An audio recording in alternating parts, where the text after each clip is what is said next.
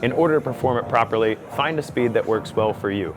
If you're warming up, you might need to start a little slower, and then you can increase the speed as you get into your workout. Make sure your arm swing's natural and you're not holding on to the sides in a way that's taking the work away from your glutes, your hamstrings, and your core. If you're using your arms more than your legs in this exercise, you're doing it wrong.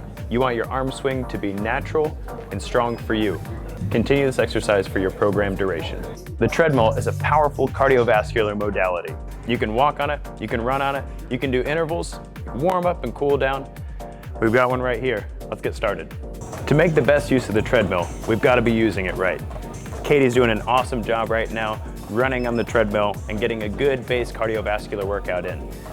You can use this for intervals, or you can just use it to warm up for your workout or cool down.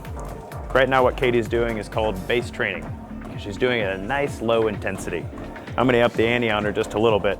She doesn't know I was gonna do this, but she's just going up the hill now. So you can up the ante by making the treadmill a little faster, or you can increase the incline.